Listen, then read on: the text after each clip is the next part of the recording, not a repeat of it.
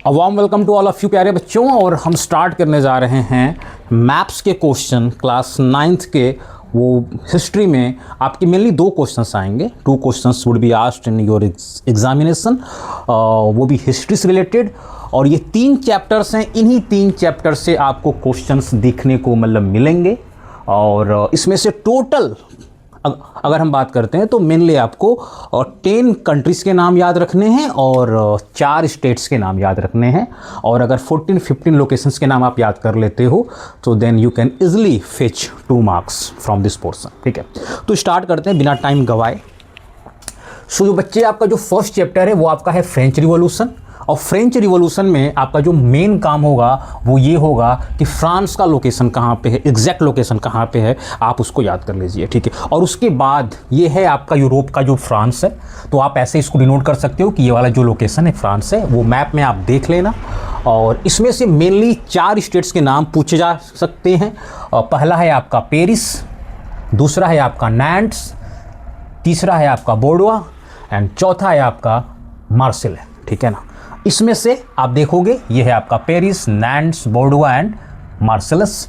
इसको अब इसके एग्जैक्ट लोकेशन को आप याद कर सकते हो। अब इसका जो फ्रेंच जो आपका प्रोनाउंसिएशन होता है वो डिफरेंट होता है। ठीक है, चलो आगे बढ़ते हैं बच्चे। ये काफ़ी ज़्यादा इंटरेस्टिंग भी था, आपने पढ़ा भी होगा।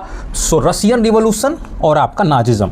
तो आपके सेकेंड चैप्टर में जो आपका सोशलिज्म का जो कॉन्सेप्ट है, जहाँ पे हमने डिस्कस कर रखा है, उसमें 2 पावर जो हैं आपको दिखेंगी वर्ल्ड वॉर 1 में। एक आपका दिखता है सेंट्रल पावर और दूसरा दिखता है आपका अलाइड पावर। ठीक है, और आप देखोगे कि जब वर्ल्ड वॉर 1 स्टार्ट होता है तो 2 पावर हैं मेनली जो फाइट करते हैं एक दूसरे के बीच में। जो फाइट होती है, पहला है सेंट्रल पावर और दूसरा है अलाइड पावर। इस सेंट्रल पावर में याद रखना, वर्ल्ड वॉर 1 के टाइम पे उसको बोला जाता था सेंट्रल पावर, और सेकेंड वर्ल्ड वॉर के टाइम में वो एक्सिस पावर बोला जाता था। ठीक है, सो सेंट्रल पावर में जो आपका मेन जो रोल प्ले कर रहा है वो है आपका जर्मनी। तो जर्मनी के लोकेशन को आप देख लेना कि वो जर्मनी कहाँ पे है मैप में। और जो आपने पढ़ा भी हुआ कि आपके जर्मनी को जो लीड करते हैं वो है कैसर विलियम। और फिर आप कैसर विलियम के बारे में आप पढ़ोगे क्लास 10th में भी, उस पर भी हम डिस्कस करेंगे बाद में। और उसके बाद आप देखोगे ऑस्ट्रिया और हंगरी, ये भी क्लास 10th में आपका आएगा। और फिर है आपका टर्की जो कि है ऑटोमन एम्पायर, ये भी हम क्लास 10th में देखेंगे। तो सेंट्रल पावर में आपको 3 नाम याद रखने हैं, Germany, Austria Hungary and Turkey.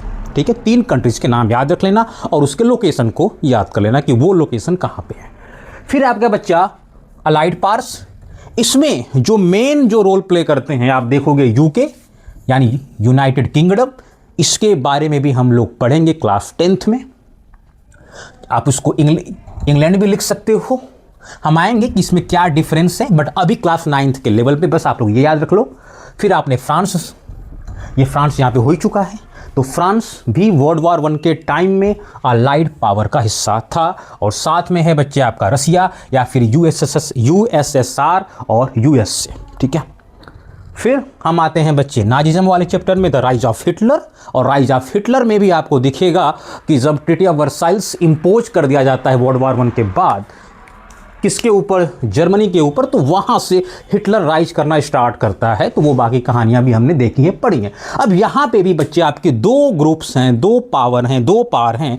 एक है आपका एक्सिस पावर, आप देखोगे एक है आपका एक्सिस पावर और दूसरा है आपका अलाइड पावर। ठीक है, एक्सिस वाले में कौन कौन है, आपका जर्मनी जो है, जो कि वाइटल रोल और मेन रोल प्ले करता है, लीड करता है।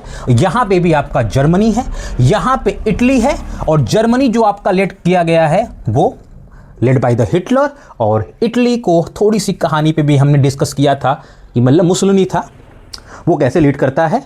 और फिर है आपका Japan, third country axis power में। यहाँ पे 3 कंट्रीज हैं मेनली, जर्मनी, इटली और जापान। इनके लोकेशन को आप देख लेना। ठीक है, और उसके बाद अलाइड पावर की बात करते हैं बच्चों। अलाइड पावर में भी यहाँ पे जो ये हैं, यहाँ पे भी वही सेम कंट्रीज़ हैं, तो याद करने में कोई दिक्कत नहीं होगी। आप देखोगे यूके है, इंग्लैंड है, यहाँ पे भी है आपका यूके और इंग्लैंड या फिर इंग्लैंड। यहाँ फ्रांस है, फ्रांस यहाँ पे भी है। आपका रसिया यहाँ पे है, रसिया आपका यहाँ पे ये आपका रसिया भी यहाँ पे है और यूएसए है और यूएसए भी यहाँ पे है। सो मेनली कुल मिलाकर के 10 से 12 लोकेशन का नाम याद रख लेना, मेनली कंट्रीज़ के नाम याद कर लेना, आपके मैप्स के काम हो जाएंगे और इन स्टेट्स को याद कर लेना, काम हो जाएगा। और